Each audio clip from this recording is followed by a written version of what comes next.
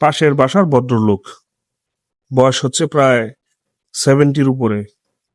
তো এই লোকটি মারা যাওয়ার 27 ঘন্টা পরে জানা গেছে এই লোকটি মারা গেছে। এই লোকের ওয়াইফ আরো অনেক আগে মারা গেছে। তো এই লোকটি আমাদের যে এলাকার যে মসজিদ আছে এই মসজিদের সভাপতি। তো ওই মসজিদ থেকে তাকে খোঁজ করতে এসে 27 ঘন্টা পরে জানা গেছে যে সেই ব্যক্তি মারা গেছে। দরজা খুলে না, বাসায় সে একা থাকতো। তাকে ডাকতে আসার পর বারবার কলিং বেল দেওয়ার পরেও, ফোন করার পরও যখন সে ফোন রিসিভ করতেছিল না, কলিং বেলের রেসপন্সে এসে মানে দরজা যে খুলে দিবে খুলতেছিল না, তখন আলটিমেটলি দরজা ভেঙে ভিতরে প্রবেশ করা হয় এবং ভিতরে প্রবেশ করার পরে তাকে মৃত অবস্থায় উদ্ধার করা হয়। গায়ে অনেকটা পচন ধরে গিয়েছিল, পোকামাকড়, পিঁপড়া এইসব আক্রমণ করা শুরু করছে আর কি। তো এই লোকটির সাথে মাঝে মধ্যে আমার কথা হতো, আমি আঙ্কেল ডাকতাম। লোকটি খুবই ভালো এবং ভদ্র ছিল এবং শিক্ষিত ছিল। সে এক সময় সরকারি চাকরি করত। তো নানা সময়ে নানা বিষয়ে আমার সাথে গল্প করত, তবে সবচেয়ে বেশি আক্ষেপ করত তার সন্তানদের নিয়ে। আক্ষেপটা হচ্ছে মানে তার সন্তানরা তার সাথে থাকতো না। যে সে যে ফ্ল্যাটে থাকতো এই ফ্ল্যাটটা তার নিজের কেনা ফ্ল্যাট, সেই ফ্ল্যাটে সে একা থাকতো। তার 2 ছেলে 1 মেয়ে। তার মধ্যে এক ছেলে ডাক্তার, এক ছেলে সচিব, আর মেয়েটা একটা কলেজের টিচার। মেয়েরও বিয়ে হয়ে গেছে। ছেলে 2 জনে বিয়ে করে আলাদা আলিশান বাসা নিয়ে থাকে, বাবাকে সাথে রাখে না। বা বাবার যে ফ্ল্যাট আছে এই ফ্ল্যাটেও খোঁজ খবর নিতে আসে না। বাবার পেনশনের টাকা হিসেবে যেটা পায় সেটা দিয়ে তার মানে জীবন চলে, তার খাবার চলে, তার আনুষঙ্গিক যে খরচ আছে সেই খরচগুলো সে সেভাবে বহন করে। তার একটা কাজের লোক আছে, কাজের মহিলা আছে, সেই রান্না বান্না করে দেয়, সেইটাই সে খায়। তো ওই কাজের মহিলা 2-3 দিন ধরে ছুটিতে গেছে। তো মানে সে কিভাবে কি করছে, কি খাইছে, সত্যি কথা বলতে আমরা কেউ জানি না। আর তার সন্তানরা তো খোঁজ খবর নেই না। ঢাকা শহরের চেয়ে একটা অবস্থা, পাশের ফ্ল্যাটে কি হয় মানে আরেক পাশের ফ্ল্যাটের লোকজন সেটা জানে না।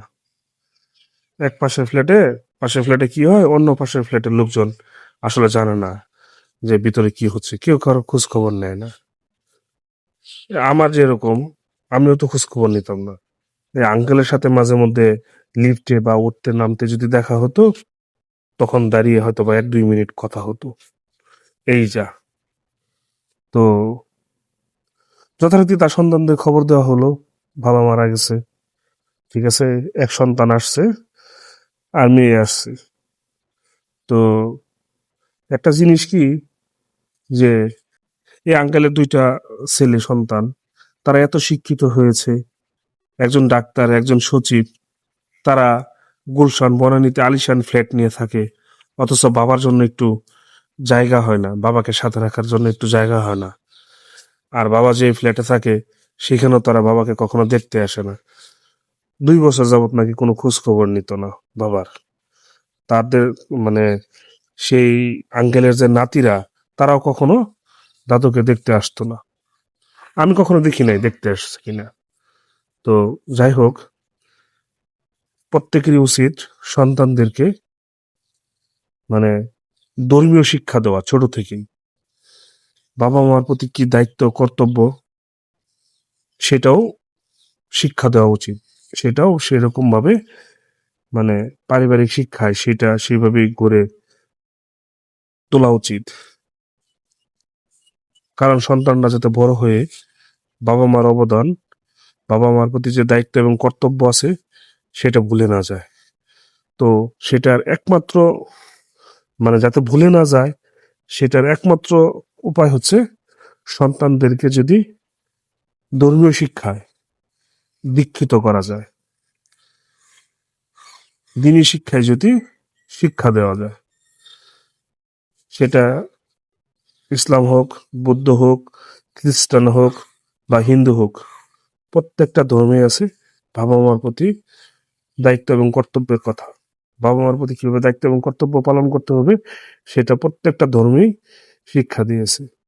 তো ছোট থেকে যদি সন্তানদেরকে ধর্মীয় শিক্ষায় বড় করা যায়, ঠিক আছে, ধর্মের প্রতি যে একটা ভয় আছে সেটা যদি ভিতরে ঢুকিয়ে দেওয়া যায়, ঠিক আছে, তাহলে সেই সন্তান অবশ্যই বাবা মার সাথে থাকবে, বাবা মার পাশে থাকবে, বাবা মার প্রতি দায়িত্ব পালন করবে, বাবা মার প্রতি কর্তব্য পালন করবে। আর প্রত্যেকটা সন্তানের উচিত, ঠিক আছে, বৃদ্ধ বয়সে বাবা মাকে একা না করে দেওয়া, বাবা মাকে সাথে রাখা, বাবা মাকে সঙ্গ দেওয়া, বাবা মার প্রতি যত্নশীল হওয়া।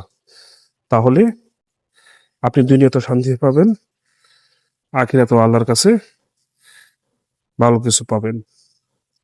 সবাই ভালো থাকবেন, সুস্থ থাকবেন, সবাই বাবা মার সাথে ভালো আচরণ করবেন, বাবা মার দায়িত্ব পালন করবেন। সবাই ভালো থাকবেন, সুস্থ থাকবেন। বাবা মা হচ্ছে একটা সম্পদ, এই সম্পদের অবহেলা কখনো করবেন না। ধন্যবাদ। আসসালামু আলাইকুম।